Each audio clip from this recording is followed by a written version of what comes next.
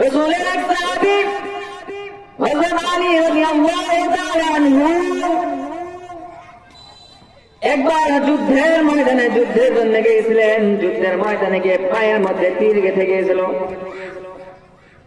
আল্লাহ রাসূলের সাহাবী হযরত আলী রাদিয়াল্লাহু তাআলা আনহু যুদ্ধের ময়দানে গিয়ে পায়ের মধ্যে একটি তীর বসে গিয়েছিল, তীর গেঁথে গিয়েছিল। সে তীরটা বের করা যায় না, এত ব্যথা। আল্লাহর পয়গম্বর সাহাবীদের ডাক দিয়ে বলেন, হে সাহাবী, এখন তোমরা আলীর পা থেকে তীরটা বের করিও না, কারণ অনেক ব্যথা অনুভব করতেছে।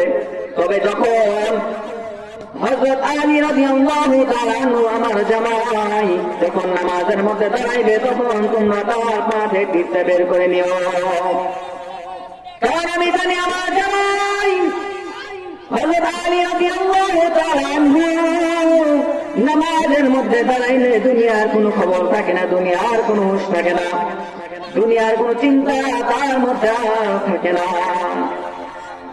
আল্লাহর পয়গম্বরের কথা অনুযায়ী যখন হযরত আলী রাদিয়াল্লাহু তাআলা আনহু নামাজের মধ্যে দাঁড়ায় গেলেন, যখন হযরত আলী রাদিয়াল্লাহু তাআলা আনহু নামাজের মধ্যে দাঁড়ায় গেলেন, নামাজ আরম্ভ শুরু করে দিলেন।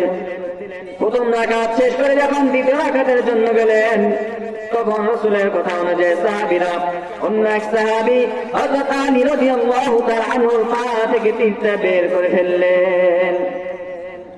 কিতাবের মধ্যে এসেছে তীরটা বের করার সময় পা থেকে যখন তীরটা বের করে রক্তগুলো শীর্ণ বিশীর্ণ হয়ে যায়, রক্ত প্রবাহিত হয়ে যায়।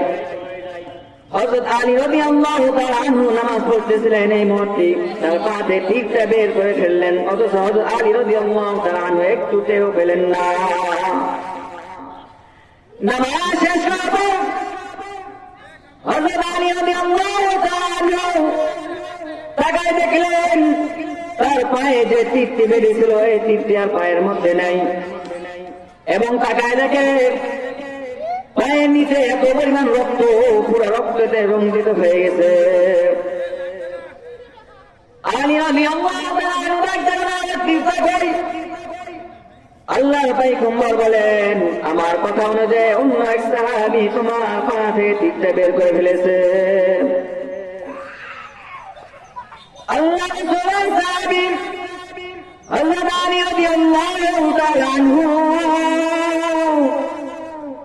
হযরত আলী রাদিয়াল্লাহু তাআলা আনহু বলেন,